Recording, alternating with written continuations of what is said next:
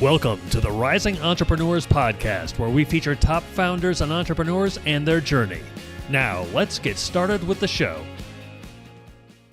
Dr. Jeremy Weiss here, founder of InspiredInsider.com, where I talk with inspirational entrepreneurs and leaders. Today is no different. I have Mark Bealin of SearchLab. You can check him out at searchlabdigital.com.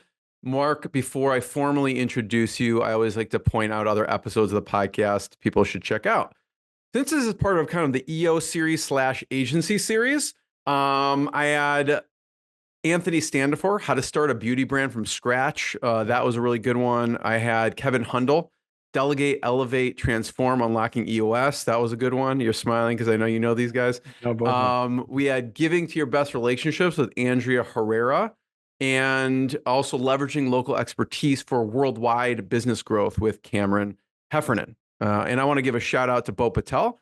Bo Patel's a good friend, colleague, and I know you know Bo really well, Mark. And he said you must have Mark on. And I've thought about having you on for a number of years. I just never reached out. So thank you, Bo. He runs xtechenergy.com. They're an energy efficiency company specializing in LED lighting, EV charger installation, solar installation, and much more. And this episode is brought to you by Rise 25. At Rise 25, we help businesses give to and connect to their dream relationships and partnerships. And how do we do that? We do that by helping you run your podcast. We're an easy button for a company to launch and run a podcast. We do the strategy, the accountability, and the full execution. So, Mark, we call ourselves kind of the magic elves that run all over the place to make it happen. So the host and the company can develop amazing relationships and create amazing content and do just that and show up for the interview. For me, the number one thing in my life is relationships. I'm always looking at ways to give to my best relationships, and I found no better way over the past decade to profile the people and companies I most admire and share with the world what they're working on. So if you thought about podcasting, you definitely should. Mark has a podcast we'll talk about. And if you have questions, go to rise25.com to learn more, or email us support@rise25.com. And I'm excited to introduce Mark Bealin. He's the founder and CEO of SearchLab. SearchLab is a digital marketing agency focused on local SEO and PPC. He actually started it back in 2017 as a side gig, right? So Picture full-time job, working nights and weekends in addition to all those hours, in addition to a growing young family, and it grew. And SearchLab's won numerous awards. They've been on the Inc. 5000 list 3 times. He's also active in a few boards, including EO Chicago, where one of his goals is to grow the Accelerator program. So, Mark, thanks for joining me. I'm really happy to be on. Thank you for that kind introduction. So we'll get to SearchLab and what you do, but EOA has a special place in your heart, and it relates to SearchLab. So talk about that on your journey. Yeah, so I think what I would say is I was part of this group EO for I started in 2019, and I really loved it. One of my favorite things I ever did was I volunteered to be an EO Accelerator coach. So to give people a sense of, I should back up and explain what the program is. So to be a member of EO, you have to have a business that has a revenue over $1 million. And so there are some businesses that's more than they have, or they have between, so what we did is we created a program for businesses with 250,000. You have to have some revenue, $250,000 of revenue up to $999,999 with a fierce desire to scale. Like that's really all we're looking for. I get questions, a lot of people like, is it for service-based businesses? Is it for manufacturers, products, businesses, whatever? It really doesn't matter as long as you have a fierce desire to grow. The whole program is designed to help people like double and triple their business, because it's not. So if you're just sort of in a lifestyle business or you want to incrementally grow, it wouldn't make sense. Like the whole program wouldn't make sense. So I started coaching. I have a background. I don't know if you even know this, but I have a background. I do in football. I was a football coach for many years, actually. I was surprised when I saw that. Yeah. I think it was like, I don't know if it was 10 years, but it was a long time. I think in total it was 10 years. Yeah. So 8 years at Ignatius and then 1 year at U of D. And then I was back last year a little bit. So yeah, you did a talk actually, Mark, I did my research, but how you talked about in the championship, how you discovered if the running back was in a certain position, the quarterback, if they were running or passing. So you did your homework when you were coaching. Yeah. So I always, we would do a million tricks like that. Yeah. Like I have stories galore. So I have this real passion for coaching. That's like what I love. And so this just was like putting two passions together. You have the entrepreneurs who I tell people all the time, I can have a conversation with an entrepreneur all the time. You know, it ruins conversations with my friends and neighbors because I find entrepreneurs a lot more interesting than, you know, everyone else. And I'm always like the first one who wants to leave the party. I used to be, I'm super extroverted, but I used to be, you know, I'll stay and talk to anybody now I'm like, let's get home. You know, I want to be down talking to the, you know, whatever, the friends. And so anyway, I loved it. And I watched these really gutsy early stage, growth stage professionals, you know, languish and struggle, and then they'd get a little momentum going. And I've had two people who graduated into EO. And so that was like doing backflips. You know, I was so happy, and I just got so much energy out of this program. And I then got approached to run it. So now I'm on the board, and it's my job is to grow the Accelerator program. And we've been able to triple the size of it. So it helps anytime. This is a good marketing lesson. It helps to start with a small number anytime you want to triple things, you know. So you have one people, now we have three. We had 7, and now we had 21 by the end of the year. So it was great. And I just get so much value out of working with this cohort. And the thing that you realize, you know, at a certain point, my business is pretty established. There's a decent rainy day fund. There's the sort of normal business things that you have, operating expenses out a certain period of time, access to capital if we need it. These are people who are very much hanging on. You know, like they're doing all the jobs. They're trying to get, and I loved it. I love that phase of the business, just the grit that the people have. They screw up a lot of things, and you know, you're pulling for them. And then to see some success stories out of it has been super, super rewarding for me. And I love being around entrepreneurs. And so if I can help people, you know, for me, you know, to make a short story long, I started I had partners in my first agency in 2009. You know, it was a moonlighting gig, but it was technically, I had a company as well. So, but I started in 2009. I didn't really cross the $1 million mark till 2018. So that's 9 years. And I just tell people, this is a lot of, this is a story of suffering. Like, it's just, when you're below $1 million, it's just like, you have no real employees. You're doing everything. You kind of have to, no processes or anything like that. I really could have shortened that considerably had I known about a program like EOA. What would you have done at the time, knowing what you know now, back to that first one? Well, here's the biggest thing. So they call it an accountability group for a reason. I would say my biggest flaw was that I loved the freedom, and I loved, you know, not having a boss and all that stuff. What I didn't love was, what I wasn't thriving at was, I could say I was going to do something and then didn't do it. Nobody really caught me, right? Like, there's no boss. And so when you get into EOA, you get into an accountability group, and you say, you know, the coach is going to encourage you to share what some challenge you have in your business. At the end of the meeting, he's going to make you make a commitment to the group that you're going to do in the next month. And that could be as wide as your imagination, right? It could be, read this book, or, hey, you've been talking about your director of ops for the last 3 meetings. You got to take an action here. Either put them on an improvement plan or fire them. There was one time where I told somebody they needed to start paying themselves because they were not paying themselves. You know, like, you need to put yourself on payroll by the next month, have a paycheck. All of it is really rewarding, because what would have happened to me was I would have actually felt peer pressure to do the things that I said. And instead, there were things that I knew the right thing to do, and not a month went by, not a few weeks went by, like years would go by, where I would just, I'm a compulsive people pleaser. I would just like I had 8 years in a business with business partners. I had 3 good years, you know, that means there were 5 not so good years. And so I knew what was going to happen. Like, I think they knew what was going to happen, but we liked each other, friends or whatever. And it just, there was no accountability. So What were some of the lessons you learned at that agency that you then brought to SearchLab Digital? Because obviously you grew very quickly Yeah. at SearchLab Digital. Yeah, a few things. Um, I learned a lot of really dumb lessons. I learned a lot of things not to do. Like don't finance 101 things, learn lessons the hard way. Don't after you take money in, don't pull all of it out every month. Like have I learned a lot about just like hard lessons about finances, making sure that you had money stashed away.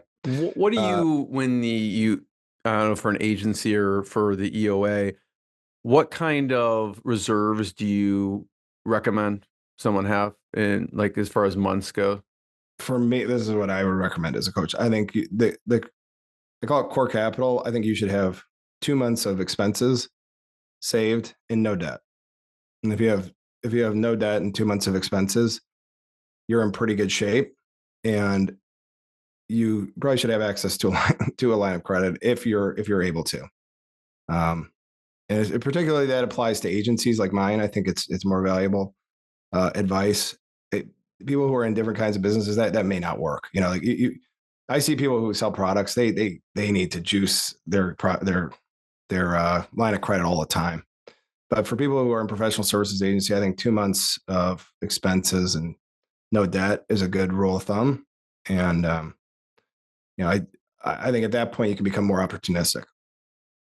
You mentioned two mistakes, but I know you did a lot of things for growth. What helped move the needle from a growth standpoint with SearchLab?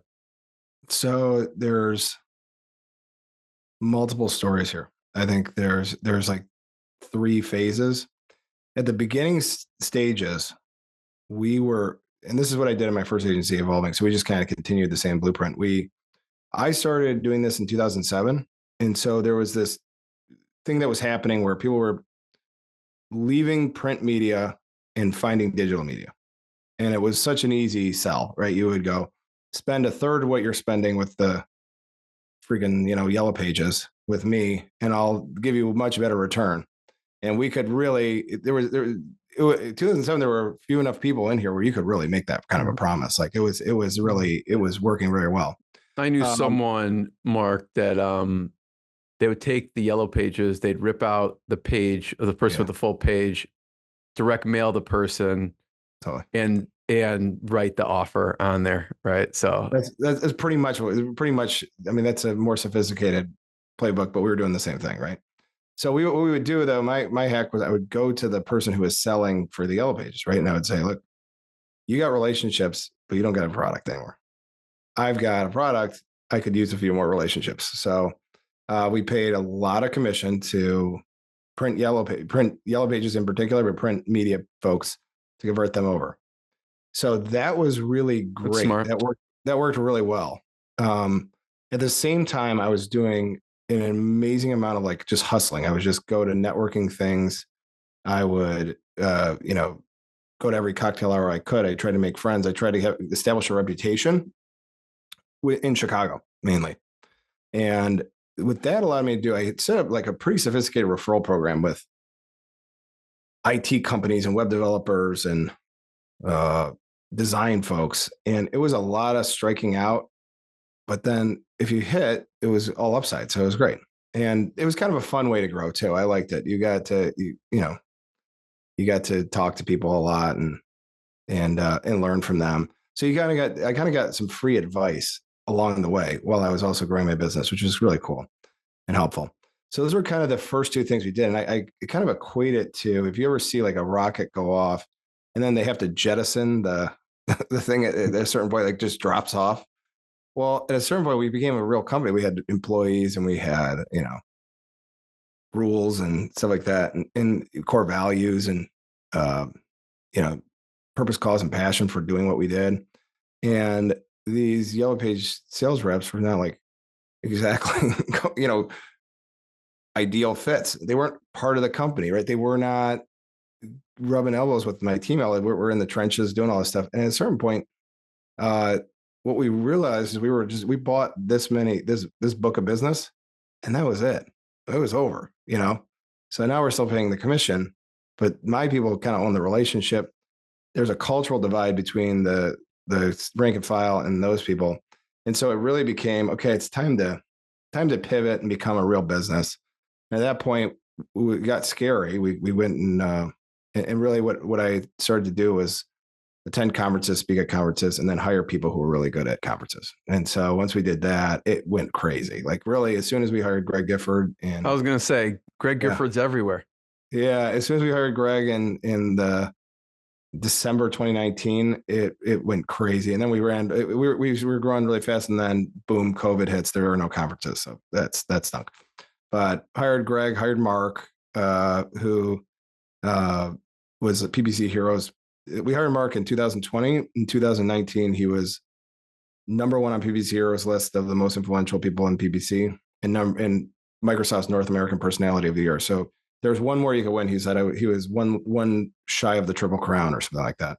But he had appeared on he died in May, but he had been on the PPC Hero list every year since 2015. So he was a rock star too. So I just got really lucky with 2 hires basically.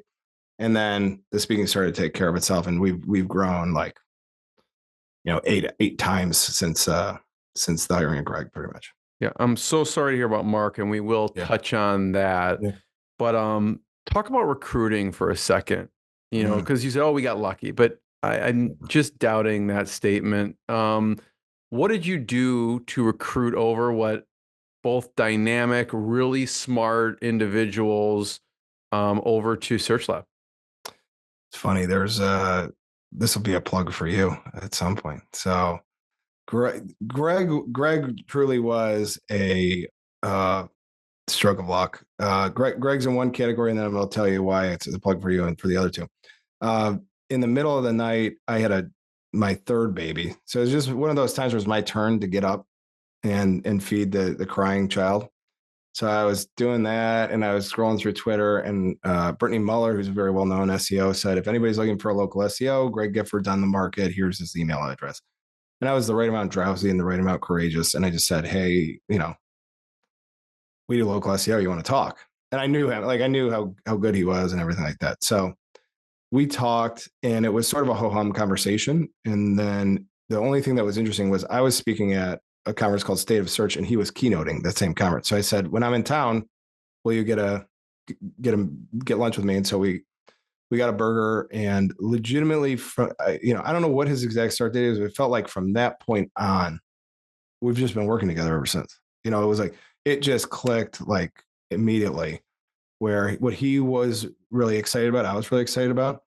He has this like attention to detail and anal retentiveness, where I'm really like whatever the opposite of attention to detail is, and laid backness that gelled well. So it just clicked really, really fast. Mark was interesting, and my director of SEO now, it was interesting.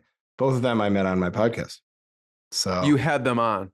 Correct. Yeah. So I had them on my podcast. So it was interesting. I had Mark on, and the day he got fired.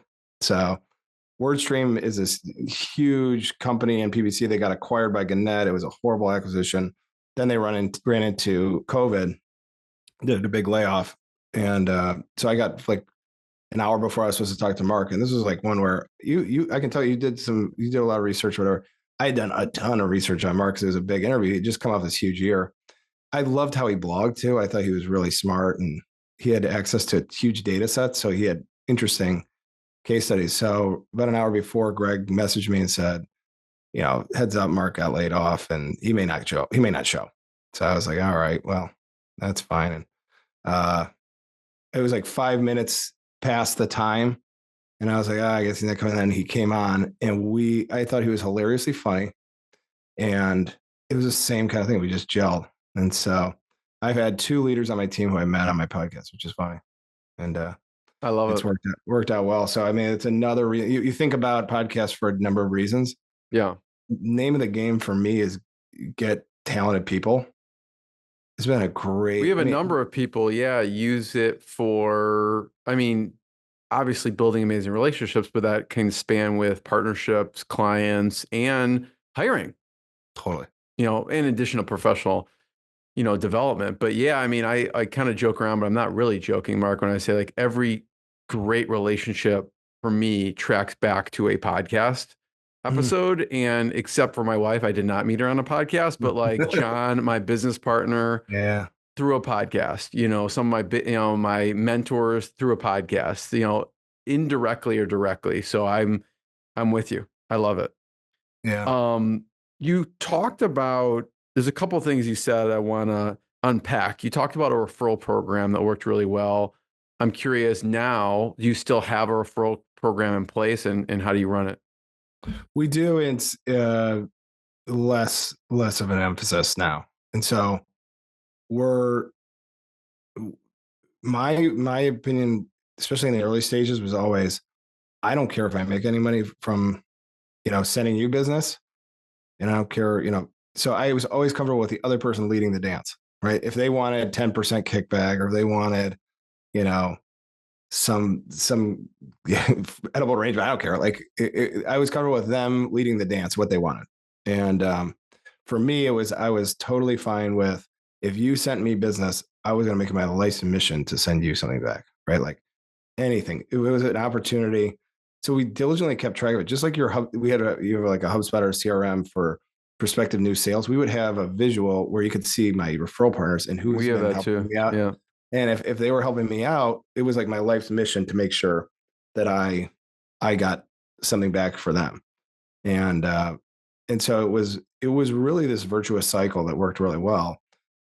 Ultimately, what we found was just like there was a lot of work in terms of getting the right kinds of partners, right? So we would have people who, you have a lot of conversations without a lot of actually it happening. And we fell in love with conferences, and the rest is history. Like it was kind of, it became, focus is really important, and our focus went to conferences and trade shows. Relating to the conference, you have your own conference, and the other thing I want to talk about was niche, right? In Yeah. the beginning, you're networking, you're probably talking to everyone. Talk about how you came to your niche. We haven't talked about your niche yet, but this relates to your conference. People can check out the conference. It's ignitionautomotiveconference.com. How did you eventually come to your niche of car dealerships? We're almost like a niche within a niche, right? So it's really, really specific. So there's something called local SEO, which is different than traditional SEO. Basically, we look at this algorithm that anytime you have local intent in your search, Google uses this local algorithm. Boring, boring, boring. Anyway, we became really nerded out on that algorithm. And so we found that you said it so well. To back up, we would do web development for clients. We did social media marketing for clients. We would do design work for clients. We would do, I had a client, he's still my client, so I can tell the story, but he said, Mark, if I asked you to retile my roof, you'd say yes. Like we did everything. Right. So it was, yeah, I would say yes, and then figure out how to do it, afterwards. And like, we have a tiling company, honey. Yeah, exactly. I was like, no problem. Like we can do it. Yes. And then we figured out how to do it later. And it was some disaster. Like I'll tell you, that's all well and good with like certain things, but like one time we knocked out a client's emails, right? Because I didn't really know how to do it. I kind of thought I knew how to do it and I could figure it out. This is not something to play with. So there were some bad stories too. What we figured out eventually, I started to work with coaches, and coaches do a really good job of like kind of getting you, hey, let's figure out who are your most profitable clients, and kind of you can miss the forest from the trees sometimes. So having this really smart person who gave me some perspective, and we just kind of looked and he said, what are our favorite clients? Oh, they're all in local SEO. What are our most profitable clients? Oh, they're all in local SEO. I think we should just be local SEO, and then it gives you an expertise, right? You're not everything to everybody. You're an expert in something.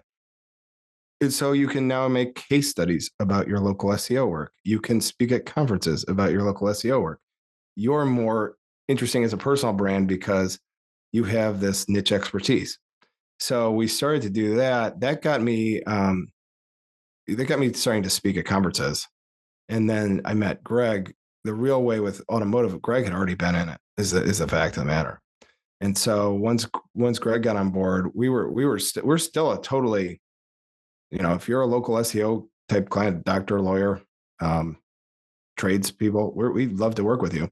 But it just exploded. I mean, it went crazy with cardio, and he could tell you some things, like he was kind of unshackled from things this is really inside baseball stuff, but like there's something called like you're in the OEM programs where he was before. We are not, and so we can really do whatever we want.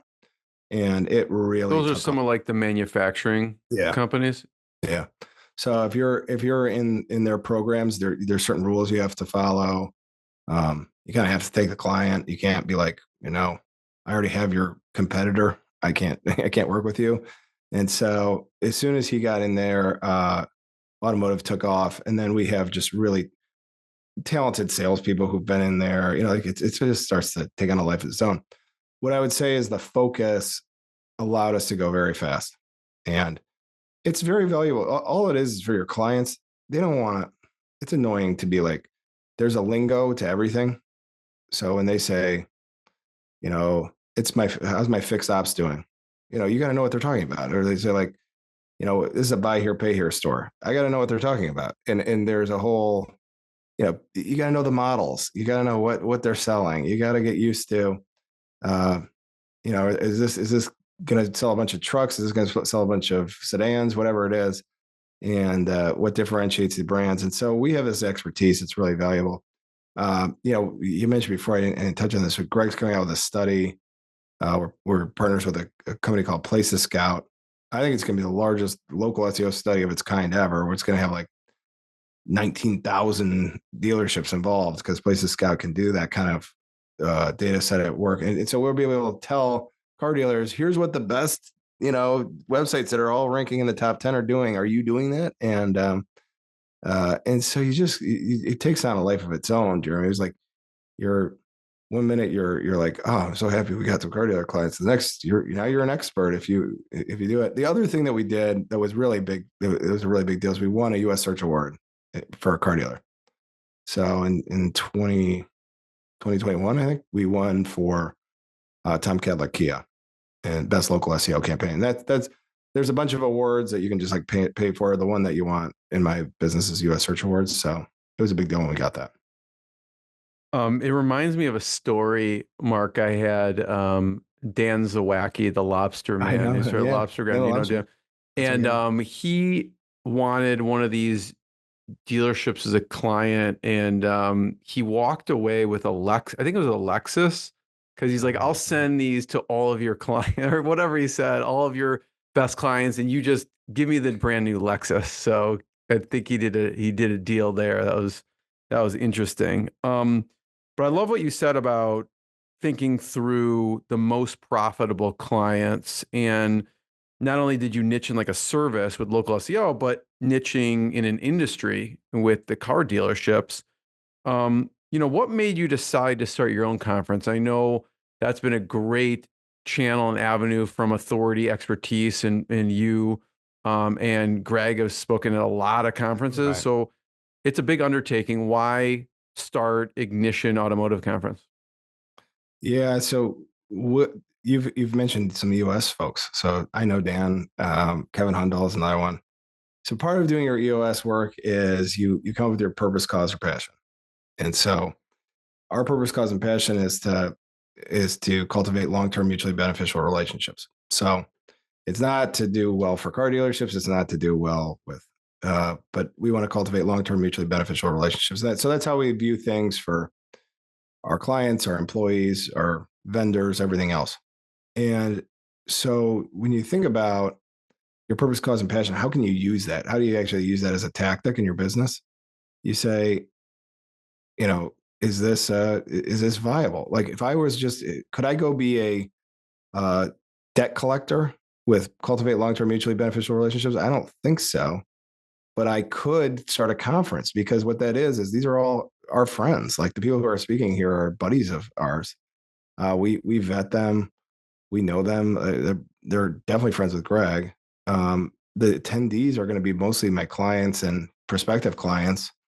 And we're either friends with them or hoping to become friends with them. And so if I look at it through a purpose, cause, and passion lens, this isn't such a dramatic shift. It would be to go, hey, you're a digital marketer. Now you're going to be an event coordinator. That's pretty wild. But what we care about most is long-term mutually beneficial relationships. We can serve people with this conference the same way we can with an agency, with that purpose, cause, and passion. And so we've been to a bunch. We one of the things that happens is you can see we put a bunch of things we hated about going to conferences. And so if you're listening to the audio only, we're looking at the Ignition Automotive Conference, and you can see no vendors or booths. Yeah. Our speakers were invited who didn't pay us to speak, and no pointless hype. Yeah. Okay. So we really don't want it to be a pushy thing. We don't want it to be where anybody has to pay to get on the stage, which is fairly common, especially in automotive. And we don't want it to be super promotional. Come here and actually learn something about what we do. And so it's a really push for education. And what I think was really great was we go to all these shows and we go, isn't it tacky how they have you have to the people run after you with a business card? Isn't it tacky how this presenter is always isn't it lame how you have to pay to be at this show or whatever? And so we said, the working title for this when we were trying to come up with a name was the unconference. It was the opposite of what everything else was, but that's a bridge too far. We still love conferences, so we want to keep what we love, but it's about doing everything different than the ones we really dislike. Who's a fit to come to this conference? So I think it is designed for automobile dealer, marketing managers, general managers, and dealer principals. But we have a huge contingent of just digital marketers who want to come and learn. So there's a group in Dallas called DFW SEM, which is a very vibrant network. So we usually will get a big contingent out of that. So if you're an up and coming digital marketer and you want a really cheap, inexpensive conference that's just full of information, it's not about trying to make a ton of money or anything like that, this is a really good place to start. And you'll have exposure probably to the speakers and to the guests that you wouldn't have at a larger event. So I encourage, whenever you're listening to this, there probably will be a next conference. So you can check out ignitionautomotiveconference.com. I want to get people to get a sense, Mark, of what you do as a company. And I know you do a lot of things, but there's specifically, you did a rebrand for an auto dealership, which was acquired, which seems like a pretty complex project. And again, if you're listening to the audio, as you talk, I'm going to kind of poke around SearchLab Digital here. Please do. Yeah. So they've been a long-term client of ours. They have 3 stores in Northeast Ohio, put it that way. And so they've been, we had great results for them. Things were going swimmingly. And then I got a call from the dealer principal. He said, listen, keep this quiet, but we're going to sell. We're about to sell. We're about to have somebody else. And I want you to be aware of it and start laying the groundwork before it happens, because I know in SEO that can be tough. And it's brutal. Like when you hear that, and you have a lot of success, you're like, oh man, is it kind of like starting from scratch? It's not like starting from scratch, but you typically you expect best case scenario, you're going to lose 10% of your traffic. And that's if we do well. If we screw up, and there's a decent chance you could screw up, then you could lose more than that. Or you could see, if you leave this to just your web developers, one of the things we really did for them was they're with a web developer that we recommend. And I like these guys a lot, but they're just not SEOs. And they were going to wipe out, tons of content that we wanted transferred over, or they were going to charge them an arm and a leg. And we said, no, it's just we understand the expertise of it. So save them some money as well. And yeah, that was the beginning of 2023. And rather than, and it was starting from a pretty high point, rather than that, going backwards, I've just checked with my team to make sure before I say this, but that the traffic to that website is up 86% since the conversion. So instead of going down even 10%, we've been able to manage it and really lift their organic traffic, their leads, and everything else. And we have, more importantly, I think numbers are numbers, but we have expanded our relationship with that dealership group. So we have more of their stores. We have more service offerings for them, and they're spending more money with us, which is, when I talk about mutually beneficial long-term relationships, that's it, right? Like, we want to make more money, but we want to do it because we've done a good job for their clients. Talk about the transition for a second, because and how you handle that transition with the new owner, because I have seen the opposite happen, where a company gets acquired and they bring in all their people Yep. and then fire whoever agencies they're working with. So talk about managing that relationship, the new relationship with acquisition. Yeah, that's we have the same situation, right? So like anybody else, when we hear our point of contact is leaving, that's like danger, Will Robinson. Like, red flags go up, a bunch of people get involved and everything like that. I think it's really hard if you only have a relationship with the one person, the point of contact. That point of contact leaves, you're in a lot of trouble. Like, you're hoping. Hope is not a good strategy. What can be really helpful is if you have worked your way up the food chain, you have 3-4 people in the organization, the odds of all of them leaving are slim. And if you can make all 3 or 4 of them say the same thing, SearchLab is awesome, your chances are much better. That doesn't mean it's always going to happen, but I think when one of the things I challenge my team to do a lot is move up the food chain. So if we get a marketing manager, or sometimes a digital marketing manager in a dealership, that's great. We need to make sure that they're extremely happy and treat them like this is the Ritz-Carlton, right? But start to try and get to know the general manager, try to get to know the dealer principal, see if you can solve problems beyond just our little silo. And even if it doesn't make me money, if it solves a problem for the dealership, we're stickier. And so I think that has been one piece of advice I would give you. The other thing is to have the sort of mechanisms where you go, this is a problem, and we better not just leave it to, Stephanie and Patrick are on that account. They're great, but they need some help right now because it's just got really, really tricky. And there's a reason I have a job and I need to be involved in these kinds of things. And so it's about running to that problem and recognizing that it is a challenge. So when we see that happen, it's like go An all hands on deck situation. Time to put your boots and hard hat on and let's get to work, because this could be trouble. Now, I know you help a lot of dealerships. There was a case where you helped a bank in the Northeast, and I know there's companies listening that, I may not be a dealership, but I know a lot of these principles and things that you did to help grow, whether it's the dealership or the bank, transcend to other businesses. So what were some of the things you did with the bank? Yeah, so there was this was a huge one. I think we're going to win the U.S. Search War. I shouldn't be so presumptuous. If we don't win, I'm going to be mad though. In total for 2013, what's cool about this account is it was only online, and so the only way you can make a deposit was, online. So we ran paid search and paid social ads for it, and I'm trying to remember how much they spent. Basically, it was the ROAS went from $27 to $338.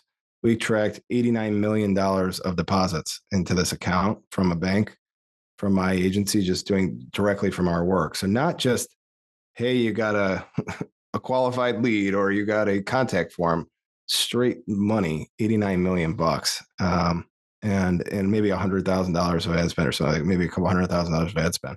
So it's pretty cool. They're loving you. Yeah, it's pretty cool. So we had a now you have a new niche, banks. I know. So I let's see how it goes. So we loved, it's so fun. Been doing this since 2007. When you have a story like that, and then we're on a Zoom, kind of like I am now, and there's like 10 people from the bank. Can't remember everybody's name. And I'm like, this is a huge deal. And I'm just there like a chief high five officer, and somebody else is presenting this data. And I'm just going, this doesn't get old. Like, it's really fun when you have those moments. where you're just really proud of your team and the accomplishments of what we've done. I love that. What were some of are there any, I don't know, tactical things that you can share for people out there who are looking to, it sounds like there's a lot of paid related stuff with it. I don't know if you see some big mistakes on what people do when they're running, paid traffic. Oh yeah. Yeah. So yeah. Like, where do I start? Yeah, today I don't like what I'm saying. This is going to make it sound like I'm being mean to Google, who is my, I have a business because of this company, but today what they're doing is why you would hire somebody like me a lot is to make sure that Google doesn't just spend all your money. And so what we see ourselves as being good stewards of people's marketing dollars. And if you don't have somebody who's watching out for this stuff, Google will spend your money, and they will spend your money on nonsense keywords that are never going to give you business, and they'll do it. And if you have a problem, they won't be very helpful. There's not a customer service who's going to. And so one of the things I think in 2024, as we're filming this, one of our most important jobs is to make sure that we're not sending good money after bad. And it's a strange thing to be so focused on, but I really feel like I'm, consumer advocate for my clients. Like, do not show their ad and charge them $20 for somebody who's looking for a job, at a car dealership, or somebody who's looking for, what was the car in this movie? I don't need that. I want to get, I want to get customers. And so I would say Google, left to their own devices, will the biggest thing they do is, if you're searching for your brand. So if you had ads up for Rise 25, you're probably going to get that click, whether you pay for it or not. So maybe don't pay for it, or maybe pay a little bit for it, but not a lot. They will charge you every time if they can. They'll charge you for keywords. So a lot of it is about going through. There used to be these match types that they really meant something. If I say this exact term, I mean, don't deviate this exact term. Now it's that term or close variants. And so they've given themselves license to spend your money. And that's what I really would say is, psychologically, I think of it as, how do we protect our clients' money and just be good stewards of that money as best we can. Don't let Google run wild with their budget. Yeah. So maybe not having the correct targeting or the correct keyword, real specific keywords, and people are making mistakes. Yeah, go ahead. Making negatives. So what will happen? Legitimately, people will have a search term. They'll say, "Hey, I want auto mechanic." Like, so there's auto mechanics in every single one of these things. Auto mechanic is the search term. But if somebody looks for auto mechanic school, we don't want our ad showing. So you need to make that a negative, or you need to do something to modify the keyword so it's not showing up, because people will click on it. Every time they click on it, it costs you money, and you're not an auto mechanic school. You're just you're a car dealer. So making sure that you're looking through for negatives is really important as well. I want to talk, Mark, about mentors and some of your mentors throughout the years that have been influential, because obviously we talked about EOA, Entrepreneur Organization, the Accelerator program. It's a great place to get mentorship to get to the next level, and it's accountability and mentorship. It's based off of, if you want to check out Vern Harnish's book, Scaling Up. I actually did an episode with Vern Harnish. That's a good episode to check out too, but the book Scaling Up. And then obviously being a part of Entrepreneur Organization, mentorship is important to you. Who are some of the mentors for you that have been influential? Yeah, I had some. I mean, when in my first company, I got pretty lucky. And so Local Launch was this company that got acquired by Dexter made the Yellow Pages. And our CEO was a guy named Justin Sanger, and the director of search was a guy by the name of Brad Geddes. So Brad Geddes is still among the most famous people in PPC. So I got really good training in how to do this very quickly from Brad and his disciples at Local Launch. And so I knew how to do this well early. Justin was one of the great, like you'd get in a room, he'd have everybody in the company and he'd give a speech about what we were doing. He just would present a vision for what we were doing that would get you really excited. I mean, you'd run to your desk and start doing things. So I really began to learn from Justin the power of, you know, a leader telling everybody where we're going. And so that was really helpful. As I developed in my career, there's a guy named Andy Crestodina who owns Orbit Media, who's I had Andy on. Yeah, he's yeah. great. And so Andy's just so generous to me, and not just to me, to everybody else. There's my favorite story about Andy. A guy named Chris Madden was quoting Andy. So this is like a fourth person or something like that. But he said, you know, going around Orbit Media, he'd be like, yeah, everybody here is just so nice. Like everyone's so nice. And Andy stopped and said, yeah, well, it's good business. And it's true. You know, people like to, they don't like to be around jerks. And so it's good business. It was like, I was like, yeah, that is true. It's not just like, you don't have to be a tyrant. You know, you can be, it's good business to be kind to people and to, you know, ask them how they're doing and to, you know, to actually give a crap about your employees. So I really learned a lot from Andy, but that was one of the main things was like, you don't have to be the picture of that CEO pounding their table in a movie or something like that is not, it was never going to be me. And so it gave me a little bit of a confidence that this is a company I really do admire. And then I really would say two people, Taylor Small and George Lawton, own a company called Digital Third Coast. When I first started SearchLab, so I worked with them at Local Launch a million years ago. And when I started SearchLab, I asked them to have, you know, drinks and dinner and stuff like that. And we went out and hit it off. And they were just like dying to help me when really we're friendly competitors still to this day. But I owe them a lot because they were like the first people to say, hey, you should join EO. And I didn't even know what it was. And really, after it got explained to me, I definitely didn't know what I was signing up for. I could tell. And it was just kind of like you need friends sometimes. You just go like, just trust me, just do it. And you're gonna love it. You're gonna take, you know, you take to it like a duck to water, just go do it. And I did it, and I've like drank the Kool-Aid hard, and I loved every bit of it. But I owe those guys a lot for number one. You can have competitors that you don't have to be like at each other's throat all the time, you know. And really, it's been a great relationship. I mean, we still to this day, I don't think we've ever had an argument or a bad word for each other. It's all helpful. It's all supportive. When they do well, I'm really happy for them. And we don't compete, like they're not really an automotive. We only compete on like a little bit of stuff now, but they didn't have to do that. Yeah, it could have been like, hell with you. You're coming for my market share or whatever. Like they were really cool. And it made a really big impact on me too. What I have found with quote unquote competitors is when I've dug deeper, we're actually not competitors. Like, you know, there's certain services that we do different, or there's certain niches that we really focus in on. It sounds like the same. It's like, okay, you're going off and doing more car dealerships, and they're maybe going off and doing something else. So at first glance, I found it seems like a competitor, but maybe not as much when we've dug below the surface.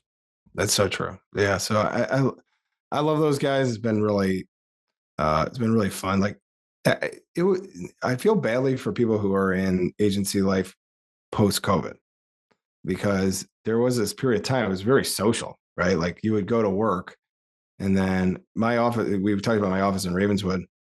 It was to the north of me was Dovetail Brewery, to the south of me was Beguile Brewery. And if you walked into one of those after work hours, you were going to run into somebody who owned an agency. And it was just an awesome time to be like, so there were social things that would go on. And yeah, I loved that period of time because we just had so much. I feel like I learned how to be kind of a T-shaped marketer in that year, where I knew a lot about SEO, but then I learned a little bit about content marketing, a little bit about web development, a little bit about copywriting, a little bit about, you know, digital PR and all this other stuff. So it was really a fun time to be coming up. Now you have to be much more intentional about making those relationships. It just happened organically back in the day. So Mark, I have I'm not going to say last question, but last series of questions. And I really want to talk about purpose, cause, passion, and about Mark. Irvine and honoring his legacy and talk about Mark for a second. Yeah. So Mark's, his professional accolades are unbelievable. So he's 35 when he died. He turned 35 in March 2024. And so most of this stuff happened before his 30th birthday, which is crazy. And, he was, he was just a rock star of a personality, and he was hilariously funny. So we had so much fun working together. We worked really long hours and laughed a lot. He had this really goofball relationship with our VP of sales, Don Ramsey, and they would just make fun of each other all the time. It was really funny. And we had a great time. In his time as our director of PPC or vice president search, our PPC division grew 610%. So he was a absolutely sensational, like made my life a lot better. So when he died, it was devastating. And, I still have a hard time talking about it, but we talked to the team. And one of the things I've really focused on is how do I give him a legacy moving forward? So there's a few things we're doing so far. The first is Mark started a program at our company for a core values award winner. So each quarter, a member of the team it's an employee-led effort. So you have to be nominated by another teammate. Somebody who really exemplified the core values of the company would win an award and be acknowledged on our state of the company address. And so Mark led that whole effort, selected the winners, read through all the submissions, and it was everyone's favorite part of the state of the company address every time. And, just really good stuff for morale in the company. So what we decided to do is each person who wins that core values award will be able to go to Boston, where Mark is from, and we'll go and we'll have kind of a Mark Irvine day. Mark was he was a night owl. So we'll start the day at like 10 a.m. It won't be early. We like Dunkin' Donuts coffee. We'll do some service work. Mark was very interested in animals and in particular penguins. So we'll do some service work related around that. We'll have lunch at Chili's because he loved terrible food. And then I don't mind Chili's. Admittedly. He's a huge fan. And then at night we'll get together with hopefully they'll agree to this, but we'd like to get together with his late husband or his husband and his mom and just tell stories about Mark.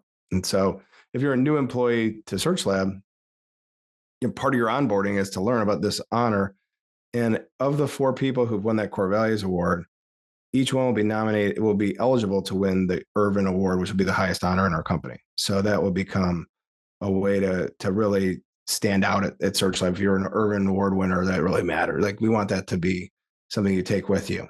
And we don't have any award like that right now. So this would be new, and it'd be a way to keep him going. The other thing that we did is, I'm such a big fan of EO, but Mark helped not just me, but many entrepreneurs really live our dreams. So when there was an opportunity to name a conference room, like what you could do is like donate some money and you could get the name of a conference room. So I said, I'll pay that if you name it Mark Irvine Conference Room. And there's some insignia that says, for a man who helped entrepreneurs live out their dreams, because he really did that for me and for other people as well. So, we're going to continue to do things for him. It was really important, at his celebration of life, I talked to his mom, and his mom was worried that no one would remember him, like he was gone. So it's like really important in my life that I make sure that she's not right after that he is remembered. So he did a lot for me, and we miss him a lot. Mark, I want to be the first. Thanks for sharing that. I know it's difficult and it's pretty fresh, actually. But thank you for sharing that. And hopefully this piece helps him live on a little bit longer too. And that's what I love about this, is it helps leave a legacy beyond ourselves. So I just want to thank you for sharing your story, SearchLab. Everyone can check out searchlabdigital.com to learn more. And Mark, thanks for joining me. Thank you, Jeremy. This was great. I really enjoyed it. Thanks, everyone. Thanks for listening to the Rising Entrepreneurs Podcast. This episode is powered by Rise 25. Please subscribe and check out future episodes.